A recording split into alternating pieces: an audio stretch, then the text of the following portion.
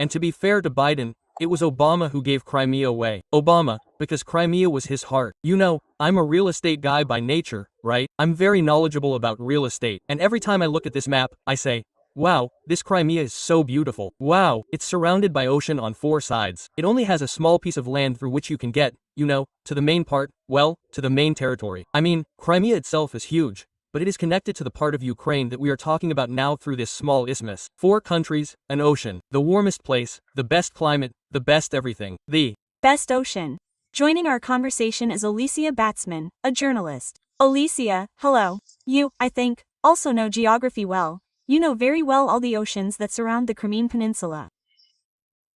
And given that Donald Trump has stated more than once about this brilliant geographical discovery, that, it turns out, there are some pretty cool bodies of water around Crimea. How do you assess his latest statements?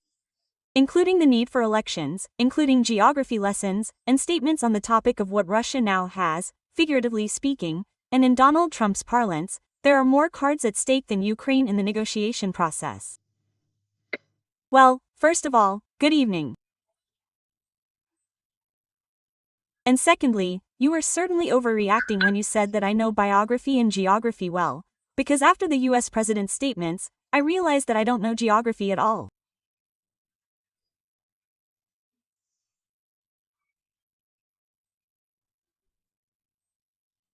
Moreover, it turns out that I don't know some people's biographies either, although before that I thought I did know something, because Donald Trump always has, you know, new, unexpected information, new twists that force us to reconsider our views.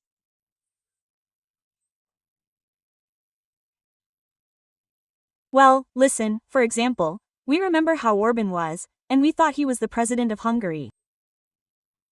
It turns out he's been running Turkey for a long time, and it's Orban, not Erdogan, who is credited for everything that's happening in Turkey now. In general, you can find a lot of interesting stories about Donald Trump. But really, look, let's talk, let's break down the situation. We're talking about things that are important to us and things that are less important. And what's the most important thing? Stopping the war on terms that are fair for Ukraine. Do we want peace? Yes, of course, more than Ukraine wants it. No one wants peace.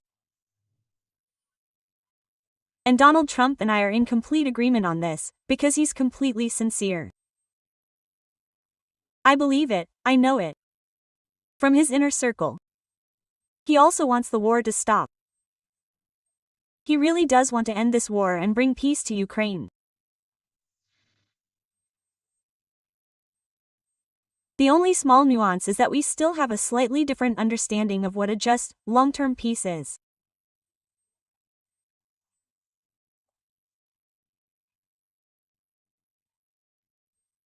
Not a fake peace, but real peace for Ukraine, which, firstly, won't mean Ukraine's capitulation, and therefore won't give free rein to the aggressor Putin, who could do very bad things not only to Ukraine, but to other countries as well.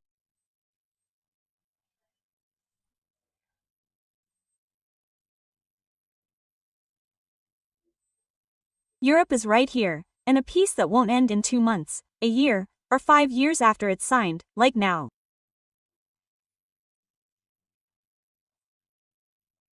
By the way, you know, this is, of course, very bad, that fighting has started again between Cambodia and Thailand.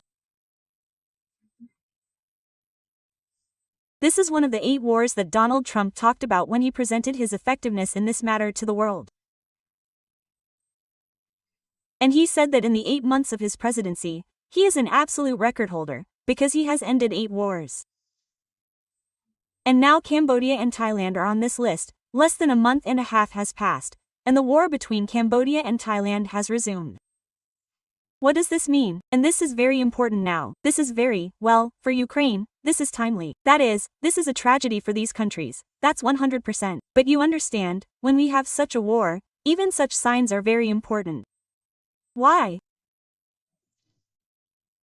Because Trump, it's true, is putting a lot of pressure on Ukraine today to sign the peace agreement as it was originally proposed. Now it's different.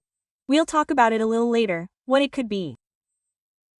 Nevertheless, Ukraine, naturally, is defending its interests and resisting in every possible way, so that, in a peaceful the agreement contained points that were absolutely unacceptable to us.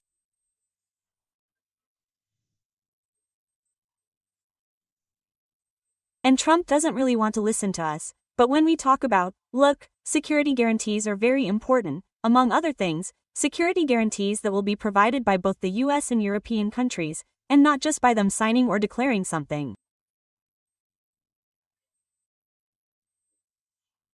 And the presidents who signed, well, there will be some elections, there won't be any. And it seems like a meaningless piece of paper, well, like with the Budapest Memorandum, but for these security guarantees to pass through the parliaments of these countries. That is, for them to be ratified at the legislative level for these countries, so that he can actually detect Russian aggression in the future, repeated Russian aggression, plus a number of measures and actions that will incapacitate it. Well, among other things, I want to tell you that, of course, the most effective security guarantee in this series is a strong Ukrainian army, combat-ready, strong, which will repel and will give anyone who tries to stick their nose in.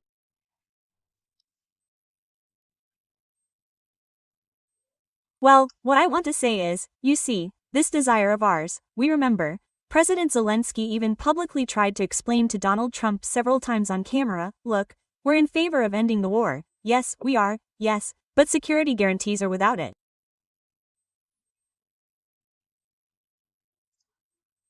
And as soon as he uttered this security guarantee, well, Trump somehow didn't like it at all. Well, we saw everything, yes. And once it even provoked a very emotional reaction from both him and Pence. Then he just, well, his face was like, well, he doesn't like it. He finds it boring. Well, what are you talking about guarantees if I want to end the war? That is, it's like, something so annoying. So, today it's precisely this situation with Cambodia and Thailand. It would seem how far, yes, these countries are from us, it showed Trump, who has already added the end of this war to his list of achievements. It showed him that it is very important, to work on peace agreements, trifles in which there are no details, and to spell out security guarantees that, I repeat, will make a repeat attack impossible. Do you understand? This is a very important story. So at the moment, on the table are 2 points of the agreement that the Americans initially offered us as their own. Well, it turned out not quite their own, but still, apparently, written by Dmitry under Putin's dictation.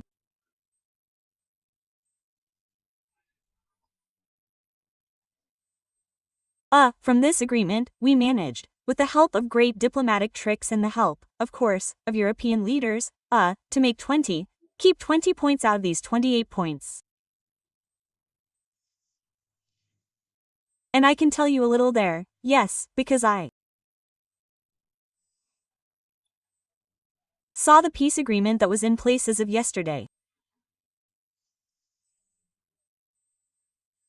I don't want to voice it, I'm not doing this on purpose, because I want to wait for the official approval of this document so that we, since it as we understand, it's being finalized every second. Consultations are taking place yesterday, today, and tomorrow there will be more. And all this will be on every point, and it's a lot of work and a big fight for each point. But what I want to say is that what's no longer there, and in this peace agreement, they removed points altogether, and left out the NATO issue. And we remember how it was at the beginning, that was in general. And Ukraine should write in its constitution that it will never join NATO. And NATO countries should also refuse to officially declare that they will never accept Ukraine. The NATO issues are removed. And the amnesty issue is also another very scandalous, resonant point, we all remember, which was written into these first 28 points, has also disappeared from this peace agreement. Well, that's it for now. Well, we will see, of course, the official document and will be able to analyze it in more detail. I think everyone is waiting now, but the secrecy surrounding the negotiations is also understandable, because there is a lot of manipulation. We are aware of this. And what do you think about the call for elections? This isn't the first time Trump has said that Ukraine needs elections. And last time, I think both our viewers and we remember, it was accompanied by accusations that Zelensky was a dictator, and then by statements that Trump hadn't actually said such a thing. And now we're back to the elections, going full circle. He just got it mixed up. Well, listen, he meant Putin, but he accidentally said Zelensky's name. Well, it happens to everyone. Oh, right. You know, when I heard Trump's comments today about elections in Ukraine needing to be held right now, I, of course, thought, I wonder, but Putin, who's been in power in Russia for 25 years, well, when Medvedev was warming his seat, we don't count. Is he saying things like that, or is that normal for Putin? I mean, in Russia, where democratic elections are basically possible, you know, you can even, like this. Sit down and now. And analyze quickly. Oh, yes, when were the last democratic elections there? Well, I would say, probably when the Soviet Union collapsed and Yeltsin first became president. But then there were elections, because even the second time, when he ran for president, well, listen, there were several interviews in which even Korzhakov, who at some point, you could say, led Russia instead of Yeltsin, who was constantly on a drinking binge and insane.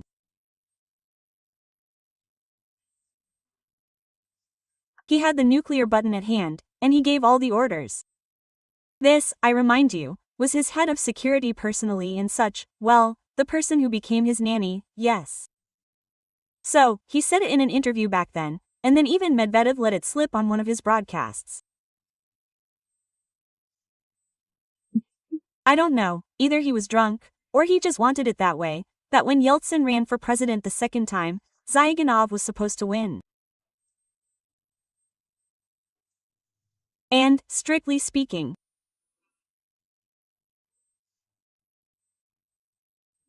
only because Zyuganov they came and told him, your money or your life, meaning, either you refuse to participate in the elections and live, or you continue to fight and insist that you won, and they'll simply kill you.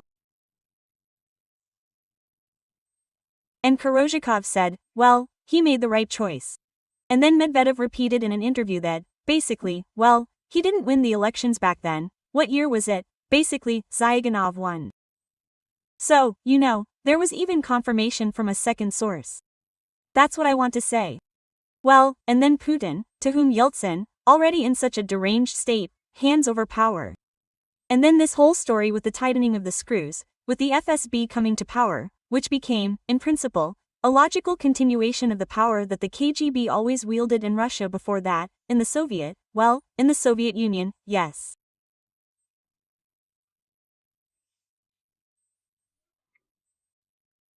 Therefore, you know, here it is very important to analyze history and still know a little about it, because such a democratic country as Ukraine, well, I'll tell you, we can be proud of the fact that we always have elections, we always have a free political process, we always have freedom of speech.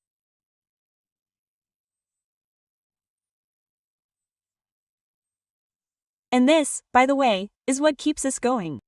Look at our maidens, ours, that is, if even the slightest hint of a usurpation of power occurs, well, people immediately go to the maiden, a revolution immediately begins, and changes in the country immediately follow. That is, we do not tolerate any dictatorship. We cannot even bring ourselves close to it, because it is inherently unsuitable for us. And this, I repeat, is what saves us. Look, analyze how many presidents there have been in Ukraine since 1991, and how many there have been in Belarus, yes, in Russia.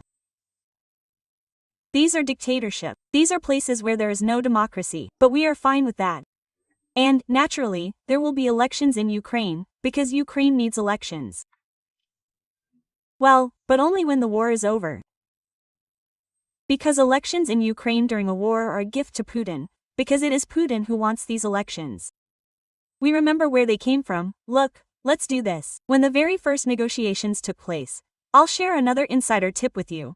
When the very first negotiations took place between, the official negotiations between the American and Russian delegations, remember, back in the winter, as soon as Trump became president. Oh, no, they actually met before his inauguration. So, the elections were held, but the inauguration was in January, so before January. And that was the delegation's first meeting. So you understand, for context, just one of the main issues the Russian delegation insisted on was immediate elections in Ukraine. They demanded, remove Zelensky. And then we will talk about any peace agreements, we will sign something, we will negotiate. But we need elections to take place. Yeah, Yanukovych, you're president. It should probably sound something like that. That's for sure. Alicia, right now. What are you laughing at? What are you laughing at? Do you remember that they dragged Yanukovych back half dead or half alive on February 24, 1922? No. February 24, 1922, when there was a large-scale attack, actually. They had several plans for how events would unfold. Well, of course, they wanted to seize everything there in 3 days. Yes, they thought that someone would be there to greet them with bread and salt. Nevertheless, in the dry. Where was he? Tell me. Yanukovych. They brought him nearby. He was right here on the Belarusian side. He was waiting, because what was the Russians' first plan? That is, if everything goes smoothly, they seize everything, they'll go everywhere and say, come to Zelensky either at gunpoint or they'll be able to negotiate so that he signs everything they want, well, essentially a capitulation. But plan B was, that if Zelensky resists or if he runs away, because, well, they were working on that back then, we remember, everyone was telling him, go away. And, our European Western partners too. So, what if Zelensky or they kill him, because they were considering that too, and Putin had Yanukovych ready for that eventuality, and he wanted him to serve him one more time, that is, to use him one last time, as they say. They washed him, combed his hair, I know, gave him dental implants. But, judging by what we saw later, when you remember, he spoke on and said something from the prompter. Literally, not a couple of months ago. Yes. So, they took him in case Zelensky was gone, to show, bring Yanukovych to the Verkhovna Rada, to say that everything that came before him doesn't count. The president of Ukraine. Legitimate, as he called himself, and for him to sign some transitional documents and quickly launch the election process. And the elections were already held entirely at gunpoint by Russian guns, so that some Russian Gauleiter would be there. So, that was Putin's plan from the start. Well, why was Yanukovych unlucky? He didn't have veneers back then. That's pretty much how it all sounds. That's for sure. Ols, I'd like to finally discuss with you the statement by Ukrainian President Volodymyr Zelensky. He's giving an urgent press conference right now. Well, actually, one of his statements was that Ukraine and the Europeans haven't yet submitted their peace plan to the US. They're still finalizing it today, and tomorrow, national security advisors will be working on it. In particular, they're finalizing issues regarding Ukraine's future membership in the EU. Interesting. Oh, and actually, tomorrow, Zelensky says he'll submit a completed framework document to the US side. What's your opinion on this? How will events unfold next? Around this document? Will Trump take Ukraine's side? Well, and actually, this document, what will his attitude towards it be? Well, I can give you one more insight then. Here, as of yesterday afternoon, when this document was on the table of the international high-level delegations, the highest, yes, presidential delegations. Just on the issue of the European Union, a position was also formed there, which sounded like this. Ukraine will become a member of the European Union on January 1, 2027. Even now I'm looking at this point. Just, like that. But yes. But I repeat, it's interesting that I don't want to voice everything else, because, firstly, we'll see what remains of this yesterday in the next 2 to 3 days. But here it's also important what Trump says about this. And after Zelensky, and Starmer, and Merz, and Macron, and Maloney, and Stupa, and Ruda, in general, the whole world, they will again try to persuade Trump's point is that if such a document is to be adopted, it would be, well, no worse than this one. Then again, we know what will happen. That is, the ball will be in Trump's court, and he will have to pass it to Putin. And if Putin doesn't agree to this, then he will begin pressuring us with sanctions, with new types of weapons for Ukraine. Well, then we understand that this is a series that we are either already in the final episodes, or it will continue. Well, now I would like to point out, just yesterday on our broadcast we discussed that Western media are now actively writing about how the Trump administration, and Trump himself, will put even more pressure on Ukraine, because in his opinion, Russia still holds more cards.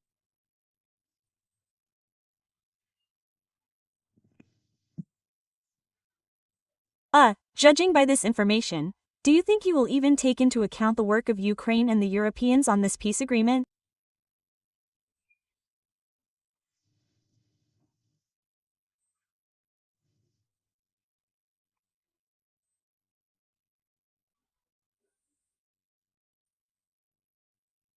Today he says this. Tomorrow, when this peace agreement, which has been adjusted by both Ukraine and European leaders, reaches his desk, and, accordingly, it will need to be handed over to Russia, tomorrow he might change his rhetoric and start saying that Putin's not doing so well, that Putin has lost so much, over 1 million of his own people, destroyed little, destroyed the Russian economy, but took away their future, seized little, considering how strong his army was, he claimed, seized little territory, and is losing this war.